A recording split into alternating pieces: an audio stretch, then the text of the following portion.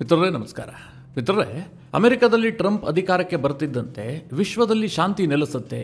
ಈಗೇನು ಎರಡೆರಡು ಯುದ್ಧಗಳಾಗ್ತಾ ಇದ್ವಲ್ಲ, ಒಂದು ಕಡೆ ರಷ್ಯಾ ಉಕ್ರೇನ್, ಇನ್ನೊಂದು ಕಡೆಯಲ್ಲಿ ಇಸ್ರೇಲ್ ಮತ್ತು ಹಾಮಾಸ್ ನಡುವೆ ಯುದ್ಧ ಆಗ್ತಾ ಇತ್ತು, ಇರಾನ್ ಮತ್ತು ಇಸ್ರೇಲ್ ನಡುವೆ ಯುದ್ಧದ ಭೀತಿ ಇತ್ತು. ಇದೆಲ್ಲವೂ ಶಾಂತಗೊಳ್ಳುತ್ತೆ, ಪಶ್ಚಿಮ ಏಷ್ಯಾನು ಶಾಂತ ಆಗುತ್ತೆ, ರಷ್ಯಾ ಉಕ್ರೇನ್ ಯುದ್ಧವೂ ನಿಲ್ಲುತ್ತೆ ಅಂತ ಎಲ್ಲರೂ ಭಾವಿಸಿದ್ವಿ. ಆದರೆ ಮಿತ್ರರೇ, ಅಂದುಕೊಂಡಿದ್ದಕ್ಕಿಂತ ಬೇರೆದೇ ರೀತಿಯಲ್ಲಿ ಆಗ್ತಾ ಇದೆ. ಒಂದು ಕಡೆ ರಷ್ಯಾ ಮತ್ತು ಉಕ್ರೇನ್ ನಡುವಿನ ಯುದ್ಧ ನಿಂತೋಗಬಹುದು, ಯಾಕಂದ್ರೆ ಟ್ರಂಪ್ ರಷ್ಯಾ ಜೊತೆಗೆ ಕೈ ಜೋಡಿಸಿ ಉಕ್ರೇನ್ ಮೇಲೆ ಬಲಪ್ರಯೋಗಕ್ಕೆ ಮುಂದಾಗ್ತಾ ಇದ್ದಾರೆ. ಇನ್ನೊಂದು ಕಡೆಯಲ್ಲಿ ಇಸ್ರೇಲ್ ಮೇಲೆ ವಿಪರೀತವಾದಂತಹ ಪ್ರೀತಿಯನ್ನ ಟ್ರಂಪ್ ತೋರಿಸ್ತಾ ಇದ್ದಾರೆ. ಇದು ಮತ್ತೊಂದು ಮಹಾಯುದ್ಧಕ್ಕೆ ಕಾರಣವಾಗುತ್ತಾ ಅನ್ನುವಂತಹ ಅನುಮಾನಗಳನ್ನು ಸೃಷ್ಟಿ ಮಾಡಿದೆ. ಇದರ ನಡುವೆ ಇಸ್ರೇಲ್ನಲ್ಲಿ 5 ಕಡೆ ಬಾಂಬ್ ಬ್ಲಾಸ್ಟ್ ಆಗಿದೆ. ಅದು ಕೂಡ ಇಸ್ರೇಲ್ನ ರಾಜಧಾನಿ ಟೆಲ್ ಅವೀವ್ನಲ್ಲೇ 3 ಕಡೆ ಬಾಂಬ್ ಬ್ಲಾಸ್ಟ್ ಆಗಿದೆ. 3 ಬಸ್ಗಳನ್ನ ಉಗ್ರಗಾಮಿಗಳು ಉಡಾಯಿಸಿದ್ದಾರೆ. ಇದನ್ನ ಅತ್ಯಂತ ಹೀನವಾದಂತಹ ಉಗ್ರ ಕೃತ್ಯ ಅಂತ ಹೇಳಿ ಇಸ್ರೇಲ್ ಖಂಡಿಸಿದೆ. ಜೊತೆಗೆ ಇದಕ್ಕೆ ಪ್ರತೀಕಾರದ ಮಾತುಗಳನ್ನು ಕೂಡ ಇಸ್ರೇಲ್ ಆಡೋದಕ್ಕೆ ಶುರು ಮಾಡಿದೆ. ಇಸ್ರೇಲ್ನ ಪ್ರಧಾನಿ ನೇರವಾಗಿ ವಿಡಿಯೋವನ್ನು ಮಾಡಿ ನಾವು ಇದಕ್ಕೆಲ್ಲ ಪ್ರತೀಕಾರವನ್ನು ತೀರಿಸಿಕೊಳ್ತೀವಿ ಅಂತ ಗುಡುಗಿದ್ದಾರೆ. ಮಿತ್ರರೇ, ಇದು ಅನೇಕ ಅನುಮಾನಗಳಿಗೆ ಕಾರಣ ಆಗ್ತಾ ಇದೆ. ಮೊದಲನೇ ಅನುಮಾನ ಏನು ಕೇಳಿದ್ರೆ, ಈಗೇನು ಅಳಿದುಳಿದಂತಹ ವೆಸ್ಟ್ ಬ್ಯಾಂಕ್ ಪ್ರದೇಶ ಇದೆಯಲ್ಲ, ಅದನ್ನು ಕೂಡ ವಶಕ್ಕೆ ಪಡೆಯೋದಕ್ಕೋಸ್ಕರವಾಗಿ ಇಸ್ರೇಲ್ ಯುದ್ಧವನ್ನು ಆರಂಭಿಸುತ್ತಾ, ಈ ಪ್ರಶ್ನೆ ಮೂಡಿಸ್ತಾ ಇದೆ. ಕಾರಣ ಏನು ಕೇಳಿದ್ರೆ, ನಿಮಗೆಲ್ಲ ಗೊತ್ತಿರಬಹುದು, ಈ ವೆಸ್ಟ್ ಬ್ಯಾಂಕ್ ಪ್ರಾಂತ್ಯ ಏನಿದೆ ಇದನ್ನು ಪ್ಯಾಲೆಸ್ತೈನ್ ಅಂತ ಕರೆಯಲಾಗುತ್ತೆ. ಈಗ ವಿಶ್ವಸಂಸ್ಥೆ ಒಪ್ಪಿಕೊಂಡಂತಹ ಮ್ಯಾಪ್ ಅನ್ನು ನೋಡೋದೇ ಆದ್ರೆ ಅದರಲ್ಲಿ ಈ ವೆಸ್ಟ್ ಬ್ಯಾಂಕ್ ಮತ್ತು ಗಾಜಾ ಇದೆರಡನ್ನೂ ಸೇರಿಸಿ ಪ್ಯಾಲೆಸ್ತೈನ್ ಅಂತ ಗುರುತಿಸಲಾಗುತ್ತೆ. ಆದರೆ ಈ ರೀತಿಯಾಗಿಲ್ಲ. ಯಾಕೆ ಅಂತಂದ್ರೆ, ಈ ವೆಸ್ಟ್ ಬ್ಯಾಂಕ್ನ ಅನೇಕ ಪ್ರದೇಶಗಳನ್ನು ಇಸ್ರೇಲ್ ಈಗಾಗಲೇ ಕಬ್ಜಾ ಮಾಡಿಟ್ಕೊಂಡಿದೆ, ಅಂದ್ರೆ ತನ್ನ ಹಿಡಿತಕ್ಕೆ ಒಳಪಡಿಸಿದೆ. ಕೆಲವೊಂದಷ್ಟು ಭೂಪ್ರದೇಶ ಈಗಲೂ ಕೂಡ ಪ್ಯಾಲೆಸ್ತೈನ್ ಅಂತ ಕರೆಯಲ್ಪಡುತ್ತೆ. ಅಲ್ಲಿ ಫತಾ ಪಕ್ಷ ಅಧಿಕಾರದಲ್ಲಿದೆ. ಮೊಹಮ್ಮದ್ ಅಬ್ಬಾಸ್ ಅದರ ಅಧ್ಯಕ್ಷ ಕೂಡ ಆಗಿದ್ದಾರೆ. ಇದನ್ನೆಲ್ಲ ಹಿಂದೆ ಹಲವಾರು ಬಾರಿ ನಿಮಗೆ ವಿವರಿಸಿದ್ದೀನಿ. ಯಾವಾಗ ಇಸ್ರೇಲ್ ಮತ್ತು ಹಮಾಸ್ ನಡುವೆ ಯುದ್ಧ ಆಯ್ತಲ್ಲ, ಆ ಸಂದರ್ಭದಲ್ಲಿ ಇದ್ರ ಬಗ್ಗೆ ಎಲ್ಲ ಡೀಟೇಲ್ ಆಗಿ ಮಾಹಿತಿ ಕೊಟ್ಟಿದ್ದೀನಿ. ನಿಮಗೂ ಇದ್ರ ಬಗ್ಗೆ ಗೊತ್ತಿರುತ್ತೆ. ಈ ಗಾಜಾದಲ್ಲಿ ಹಮಾಸ್ ಇತ್ತು, ಹಾಗೆ ಈ ವೆಸ್ಟ್ ಬ್ಯಾಂಕ್ ಪ್ರಾಂತ್ಯದಲ್ಲಿ ಫತಾ ಪಕ್ಷ ಇತ್ತು. ಈ ಫತಾ ಪಕ್ಷ ಇದೆಯಲ್ಲ, ಇದು ಅಧಿಕಾರದಲ್ಲಿರುವಂತಹ ಈ ವೆಸ್ಟ್ ಬ್ಯಾಂಕ್ನಲ್ಲಿ ಈ ಹಿಂದೆ ಅಷ್ಟೊಂದು ಉಗ್ರಗಾಮಿ ಮನಸ್ಥಿತಿಯವರು ಇರಲಿಲ್ಲ. ಅವರೆಲ್ಲ ಸ್ವಲ್ಪ ಸಾಫ್ಟ್ ಆಗೇ ಇದ್ರು. ಇಸ್ರೇಲ್ ಜೊತೆಗೆ ಮಾತುಕತೆಯನ್ನು ಮಾಡಿಕೊಳ್ಬೇಕು, ಮಾತುಕತೆ ಮೂಲಕವಾಗಿ ಈ ಎಲ್ಲ ವಿವಾದವನ್ನು ಇತ್ಯರ್ಥ ಮಾಡಿಕೊಳ್ಬೇಕು, ಇದಕ್ಕೋಸ್ಕರವಾಗಿ ಅವರು ಹೋರಾಟವನ್ನು ಮಾಡಿಕೊಳ್ತಾ ಇದ್ರು. ಸ್ವಲ್ಪ ಗಾಂಧಿವಾದ, ಅಂದ್ರೆ ಪೂರ್ತಿ ಗಾಂಧಿವಾದ ಅಲ್ಲ, ಸ್ವಲ್ಪ ಮಟ್ಟಿನ ಗಾಂಧಿವಾದ. ಈ ಹಿಂದೆ ಯಾಸಿರ್ ಅರಾಫತ್ ನೇತೃತ್ವದಲ್ಲಿ ಅನೇಕ ಹೋರಾಟವನ್ನು ಕೂಡ ಮಾಡಿದ್ರು. ಇಸ್ರೇಲ್ ಜೊತೆಗೆ ಒಪ್ಪಂದಗಳು ಕೂಡ ಆಗಿದ್ವು. ಆದ್ರೆ ಮಿತ್ರರೇ, ಗಾಜಾದಲ್ಲಿದ್ದು ಹಮಾಸ್ ಕಂಪ್ಲೀಟ್ ಆಗಿ ಉಗ್ರಗಾಮಿಗಳ ಪಕ್ಷವೇ, ಅದರಲ್ಲೇನು ಡೌಟೇ ಇಲ್ಲ. ಹಮಾಸ್ಗೂ ಫತಾ ಪಕ್ಷಕ್ಕೂ ಆರಂಭದಲ್ಲಿ ಆಗ್ತಾನೆ ಇರೋದಿಲ್ಲ. ಗಾಜಾದಲ್ಲಿದ್ದಂತಹ ಫತಾ ಪಕ್ಷದ ಅಧಿಕಾರವನ್ನು ಕೊನೆಗೊಳಿಸಿ ಹಮಾಸ್ ಅಲ್ಲಿ ಅಧಿಕಾರವನ್ನು ಹಿಡಿದಿತ್ತು. ಅಲ್ಲಿ ಫತಾ ಪಕ್ಷದ ಕಾರ್ಯಕರ್ತರನ್ನ ಕಗ್ಗೊಲೆಯನ್ನ ಮಾಡಿತ್ತು. ಅಷ್ಟರ ಮಟ್ಟಿಗೆ ಬದ್ಧ ವೈರತ್ವ ಇತ್ತು. ಆದರೆ ಮಿತ್ರರೇ, ಬರ್ಬರ್ತಾ ಈ ವೆಸ್ಟ್ ಬ್ಯಾಂಕ್ ಪ್ರಾಂತ್ಯದಲ್ಲಿರುವಂತಹ ಪ್ಯಾಲೆಸ್ತೈನ್ ಮಂದಿ ಏನಿದ್ದಾರೆ, ಅವರಿಗೂ ಕೂಡ ಈ ಹಮಾಸ್ನ ಚಿಂತನೆಗಳಲ್ಲಿ ಬಹಳ ಒಲವು ಮೂಡೋದಕ್ಕೆ ಶುರುವಾಗಿದೆ. ಅಂದರೆ ಈ ಫತಾ ಪಕ್ಷ ಬಹಳ ನೀರಸವಾಗಿದೆ, ಇವರೇನು ದೊಡ್ಡ ಮಟ್ಟದ ಹೋರಾಟ ಮಾಡೋದಿಲ್ಲ, ಇಲ್ಲೇ ಇದ್ರೆ ನಮಗೆ ಸ್ವತಂತ್ರ ಸಿಗೋದಿಲ್ಲ, ಹೀಗೆಲ್ಲ ಅವರಿಗೆ ಅನಿಸೋದಕ್ಕೆ ಶುರುವಾಗಿದೆ. ಅವರು ನಿಧಾನವಾಗಿ ಈ ಹಮಾಸ್ನ ಸಿಂಪಥೈಸರ್ಗಳಾಗ್ತಾ ಇದ್ದಾರೆ. ಇದು ಇಸ್ರೇಲ್ಗೆ ಬಹಳ ಟೆನ್ಷನ್ನ ವಿಚಾರ. ಯಾಕೆಂದರೆ ಈಗಾಗಲೇ ಗಾಜಾವನ್ನು ನಜ್ಜುಗುಜ್ಜು ಮಾಡಾಗಿದೆ. ಗಾಜಾದಲ್ಲಿ ಇನ್ನೇನು ಹಮಾಸ್ ತಲೆ ಎತ್ಕೊಂಡು ಮೊದಲಿನಂತೆ ಆಡಂಬರದಿಂದ ಮೆರೆಯೋದಕ್ಕೆ ಸಾಧ್ಯ ಇಲ್ಲ. ಅದು ಅಲ್ಲದೆ ಟ್ರಂಪ್ ಏನು ಘೋಷಣೆ ಮಾಡಿದ್ದಾರೆ, ಗಾಜಾವನ್ನು ನಾನು ವಶಕ್ಕೆ ಪಡಿತಾ ಇದ್ದೀನಿ, ಅದು ಅಮೆರಿಕದ ಭೂಭಾಗ ಆಗುತ್ತೆ ಅಂತ. ಹೀಗಾಗಿ ಇಸ್ರೇಲ್ಗೆ ಅರ್ಧ ತಲೆನೋವು ಹೋಗ್ಬಿಟ್ಟಿದೆ. ಆದರೆ ಈ ಪ್ಯಾಲೆಸ್ತೈನ್ ಅಂತ ಕರೆಯಲ್ಪಡುವಂತಹ ವೆಸ್ಟ್ ಬ್ಯಾಂಕ್ ಏನಿದೆ, ಅಲ್ಲಿ ಅಳಿದುಳಿದಂತಹ ಭೂಪ್ರದೇಶದಲ್ಲಿ ಸ್ವಲ್ಪ ಹಮಾಸ್ನ ಸಿಂಪಥೈಸರ್ಗಳು ಬೆಳೆದುಕೊಳ್ತಾ ಇದ್ದಾರೆ. ಈಗ ಇಸ್ರೇಲ್ನ ಟೆಲ್ ಅವೀವ್ನಲ್ಲಿ ಏನು ಬಾಂಬ್ ಬ್ಲಾಸ್ಟ್ ಆಗಿದೆಯಲ್ಲ, ಇದಕ್ಕೆಲ್ಲ ಇವರೇ ಕಾರಣ ಅಂತ ಇಸ್ರೇಲ್ ನಂಬುತ್ತಾ ಇದೆ. ಹಾಗಂತ ಘೋಷಣೆಯನ್ನು ಕೂಡ ಮಾಡಿದೆ. ಈಗ ವೆಸ್ಟ್ ಬ್ಯಾಂಕ್ನಲ್ಲಿರುವಂತಹ ಉಗ್ರರನ್ನ ಹೊಡೆದು ಹಾಕೋದಕ್ಕೋಸ್ಕರವಾಗಿ ನಾವು ದೊಡ್ಡ ಆಪರೇಷನ್ ಅನ್ನು ಕೈಗೊಳ್ತೀವಿ ಅಂತ ನೆತನ್ಯಾಹು ಕೂಡ ಹೇಳಿದ್ದಾರೆ. ಮಿತ್ರರೇ, ಇದು ದೊಡ್ಡ ಆತಂಕಕ್ಕೆ ಕಾರಣ ಆಗಿರುವಂತಹ ವಿಚಾರ.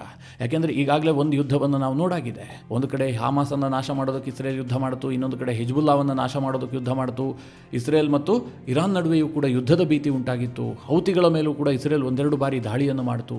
ಇಂತಹ ಪರಿಸ್ಥಿತಿಯಲ್ಲಿ ಮತ್ತೊಂದು ಆಪರೇಷನ್ಗೆ ಕೈ ಹಾಕ್ತೀವಿ ಅಂತ ಇಸ್ರೇಲ್ ಹೇಳ್ತಾ ಇರುವಂಥದ್ದು ಮತ್ತೊಂದು ಯುದ್ಧದ ಮುನ್ಸೂಚನೆ ಅಂತಲೇ ವ್ಯಾಖ್ಯಾನ ಮಾಡಲಾಗ್ತಾ ಇದೆ.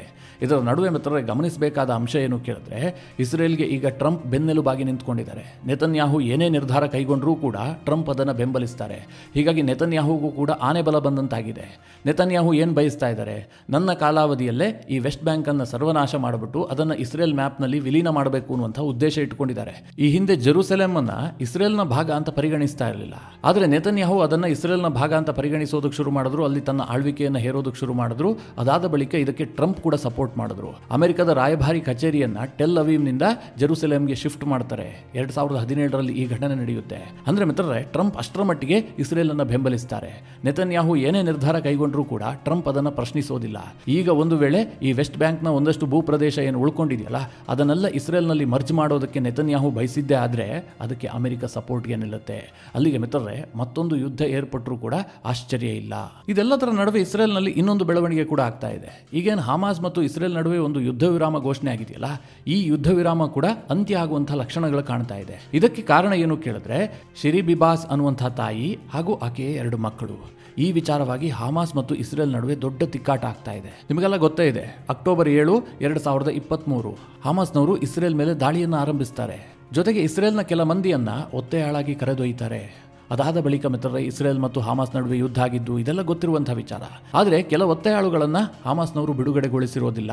ಅದರಲ್ಲಿ ಈ ಶಿರಿ ಅಬ್ಬಾಸ್ ಮತ್ತು ಆಕೆಯ 2 ಮಕ್ಕಳು ಕೂಡ ಸೇರಿರ್ತಾರೆ. ಆ 2 ಮಕ್ಕಳ ಪೈಕಿ ಒಂದು ಮಗುವಿಗೆ ಕೇವಲ 1 ವರ್ಷ ವಯಸ್ಸಾಗಿರುತ್ತೆ. ಅಂತ ಹಸುಗೂಸನ್ನ ಇವರು ಎತ್ತೊಯ್ದಿರ್ತಾರೆ.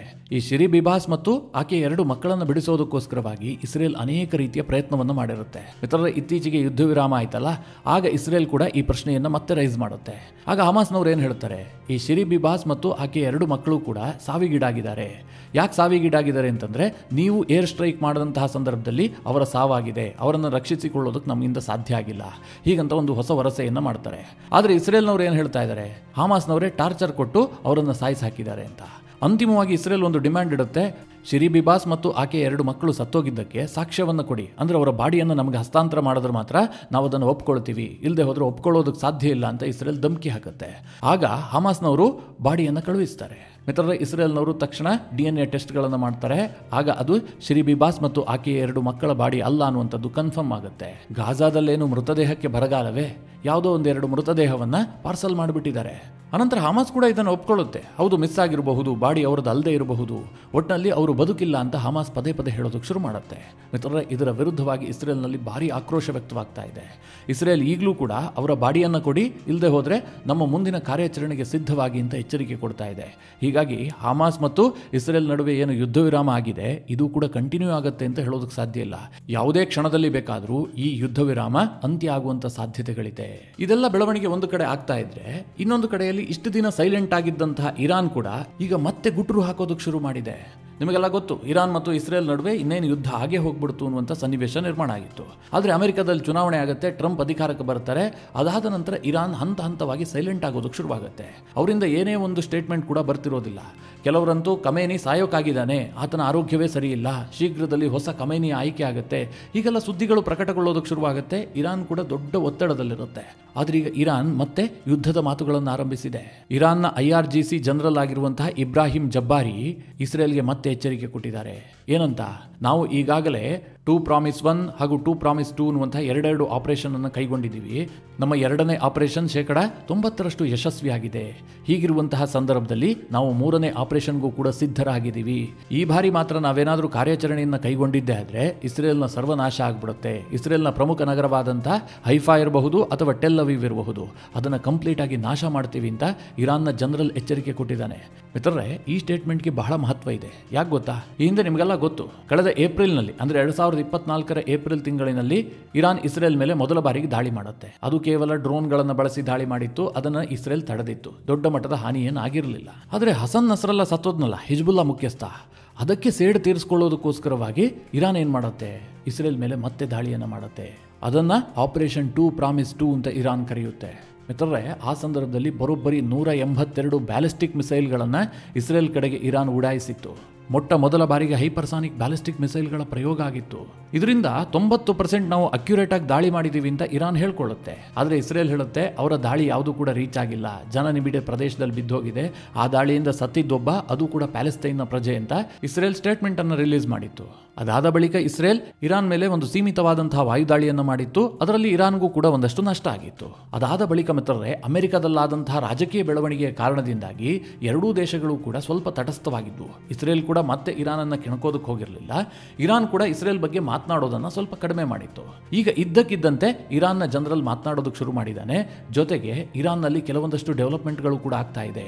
ಅದೇನು ಕೇಳಿದ್ರೆ, IRGC ತನ್ನ ಮಿಸೈಲ್ ಪ್ರೊಡಕ್ಷನ್ ಅನ್ನ ಹೆಚ್ಚು ಮಾಡಿದೆ. ತನ್ನ ಮಿಸೈಲ್ಗೋಸ್ಕರವಾಗಿ ಬರೋಬ್ಬರಿ 1,000 ಟನ್ ರಾಕೆಟ್ ಫ್ಯೂಯಲ್ ಅನ್ನ ಚೈನಾದಿಂದ ತರಿಸಿಕೊಂಡಿದೆ. ಇದನ್ನೆಲ್ಲ ಗಮನಿಸಿದಂತಹ ಸಂದರ್ಭದಲ್ಲಿ ಇರಾನ್ ಏನೋ ಒಳಗೊಳಗೆ ಸಿದ್ಧತೆಯನ್ನು ಮಾಡಿಕೊಳ್ತಾ ಇದೆ ಎನ್ನುವಂತಹ ಅನುಮಾನ ಮೂಡಿಸ್ತಾ ಇದೆ. ಜೊತೆಗೆ ಇರಾನ್ ತನ್ನ ಅಂಡರ್ಗ್ರೌಂಡ್ ಮಿಸೈಲ್ ಸಿಟಿ ಸಿಟಿಯನ್ನು ಕೂಡ ಇತ್ತೀಚೆಗೆ ರಿವೀಲ್ ಮಾಡಿತ್ತು. ಅದರ ವಿಡಿಯೋಗಳು ಕೂಡ ಸಾಮಾಜಿಕ ಜಾಲತಾಣದಲ್ಲಿ ಸಾಕಷ್ಟು ಹರಿದಾಡಿದ್ವು. ಇದೆಲ್ಲದರ ಅರ್ಥ ಏನು ಕೇಳಿದ್ರೆ, ಇರಾನ್ ಈಗಲೂ ಕೂಡ ಹೇಳ್ತಾ ಇದೆ ನಮಗೆ ಶಕ್ತಿ ಇದೆ, ನಾವು ಈಗಲೂ ಕೂಡ ಇಸ್ರೇಲ್ ಅನ್ನು ಉಡಾಯಿಸ್ತೀವಿ ಅಂತ.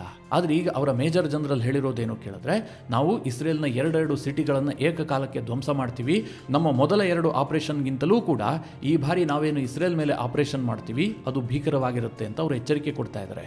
ಇನ್ನು ಇಸ್ರೇಲ್ ಇದನ್ನೆಲ್ಲ ಕೇಳಿಸ್ಕೊಂಡು ಸುಮ್ಮನೆ ಇರುತ್ತಾ? ಹಾಗೆ ಸುಮ್ಮನೆ ಇರುವಂತಹ ಜಾಯಮಾನ ಇಸ್ರೇಲ್ನವರದ್ದು ಅಲ್ವೇ ಅಲ್ಲ. ಇಸ್ರೇಲ್ನ ವಿದೇಶಾಂಗ ಸಚಿವರು ಈ ಬಗ್ಗೆ ಹೇಳಿಕೆ ಕೊಟ್ಟಿದ್ದಾರೆ. ನಾವು ಕೂಡ ರೆಡಿ ಇದ್ದೀವಿ, ಇರಾನ್ನವರು ಏನು ಬೇಕಾದರೂ ದಾಳಿ ಮಾಡಬಹುದು, ಅದೆಲ್ಲವುದನ್ನು ಎದುರಿಸಿ ಅದಕ್ಕೆ ತಕ್ಕ ಉತ್ತರ ಕೊಡೋದಕ್ಕೆ ನಮಗೆ ಶಕ್ತಿ ಇದೆ, ಆ ಸಾಮರ್ಥ್ಯ ಇದೆ, ನಾವು ಅದಕ್ಕೋಸ್ಕರ ವೆಯ್ಟ್ ಮಾಡ್ತಾ ಇದ್ದೀವಿ ಅಂತ ಇಸ್ರೇಲ್ನ ಫಾರಿನ್ ಮಿನಿಸ್ಟರ್ ಒಂದು ಸ್ಟೇಟ್ಮೆಂಟ್ ಕೊಟ್ಟಿದ್ದಾರೆ. ಇದನ್ನೆಲ್ಲ ನೋಡ್ತಾ ಇದ್ರೆ ಮಾತ್ರ ಮತ್ತೊಂದು ಯುದ್ಧಕ್ಕೆ ಕಾರಣವಾಗುತ್ತಾ ಅನ್ನುವಂಥ ಅನುಮಾನಗಳು ಹುಟ್ಟುಕೊಳ್ತಾ ಇದೆ. ನನಗನ್ಸುತ್ತೆ ಈಗ ಅಮೆರಿಕ ಒಂದಲ್ಲ ಒಂದು ರೀತಿಯಲ್ಲಿ ಇರಾನ್ ಅನ್ನು ಕೆಣಕುವಂತಹ ಪ್ರಯತ್ನವನ್ನು ಮಾಡುತ್ತೆ. ಯಾಕೆಂದರೆ ಟ್ರಂಪ್ ಅವರಿಗೆ ಪರ್ಸನಲ್ ರಿವೆಂಜ್ ಇದೆ. ಕಾರಣ ಏನು ಕೇಳಿದ್ರೆ, ಟ್ರಂಪ್ ಅವರ ಹತ್ಯೆಗೆ ಇರಾನ್ ಸಾಕಷ್ಟು ಪ್ರಯತ್ನ ಮಾಡಿದೆ ಅನ್ನುವಂಥದ್ದು ಜಗಜ್ಜಾಹೀರಾಗಿತ್ತು. ಇದನ್ನು ಬೈಡನ್ ಸರ್ಕಾರವೇ ಓಪನ್ ಆಗಿ ಹೇಳಿತ್ತು. ಹೀಗಾಗಿ ಟ್ರಂಪ್ ಅವರಿಗೆ ಪರ್ಸನಲ್ ಆದಂತಹ ಒಂದು ರಿವೆಂಜ್ ಇದೆ, ಅದನ್ನು ತೀರಿಸಿಕೊಳ್ಬೇಕು, ಇರಾನ್ನಲ್ಲಿರುವಂತಹ ಖಮೇನಿ ಸರ್ಕಾರವನ್ನು ಅಂತ್ಯ ಮಾಡಬೇಕು ಅಂತ ಟ್ರಂಪ್ ತುದಿಗಾಲ್ನಲ್ಲಿ ನಿಂತಿದ್ದಾರೆ. ಅದಕ್ಕೆ ಯಾವುದಾದ್ರೂ ಒಂದು ಕಾರಣ ಬೇಕಲ್ಲ. ಸುಮ್ಮನೆ ಇರಾನ್ ಮೇಲೆ ಯುದ್ಧ ಮಾಡೋದಕ್ಕೆ ಸಾಧ್ಯ ಇಲ್ಲ. ಅದಕ್ಕೋಸ್ಕರವಾಗಿ ಒಂದು ವೇದಿಕೆಯನ್ನು ಸಿದ್ಧ ಮಾಡುವಂತಹ ಕೆಲಸವನ್ನು ಟ್ರಂಪ್ ಅವರೇ ಮಾಡ್ತಾ ಇದ್ದಾರಾ?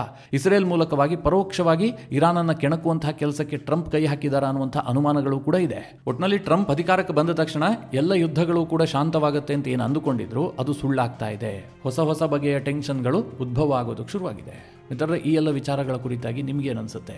ನಿಮ್ಮ ಅನಿಸಿಕೆ ಅಭಿಪ್ರಾಯವನ್ನು ಕಮೆಂಟ್ ಮಾಡುವ ಮೂಲಕ ನಮಗೆ ತಿಳಿಸಿ. ಹಾಗೆ ನಿಮಗೆ ಈ ವಿಡಿಯೋ ಇಷ್ಟವಾದರೆ ಲೈಕ್ ಮಾಡಿ. ಜೊತೆಗೆ ನೀವಿನ್ನೂ ನಿಮ್ಮ ನೆಚ್ಚಿನ ಸಂಸ್ಕಾರ ಸೌರಭ ಯೂಟ್ಯೂಬ್ ಚಾನಲ್ನ ಸಬ್ಸ್ಕ್ರೈಬ್ ಮಾಡಿಲ್ಲ ಅಂತಾದರೆ ಈ ಕೂಡಲೇ ಸಬ್ಸ್ಕ್ರೈಬ್ ಮಾಡಿ. ಮುಂದಿನ ಎಲ್ಲ ಅಪ್ಡೇಟ್ಗಳ ನೋಟಿಫಿಕೇಷನ್ಗಾಗಿ ಬೆಲ್ ಐಕಾನ್ ಒತ್ತಿ.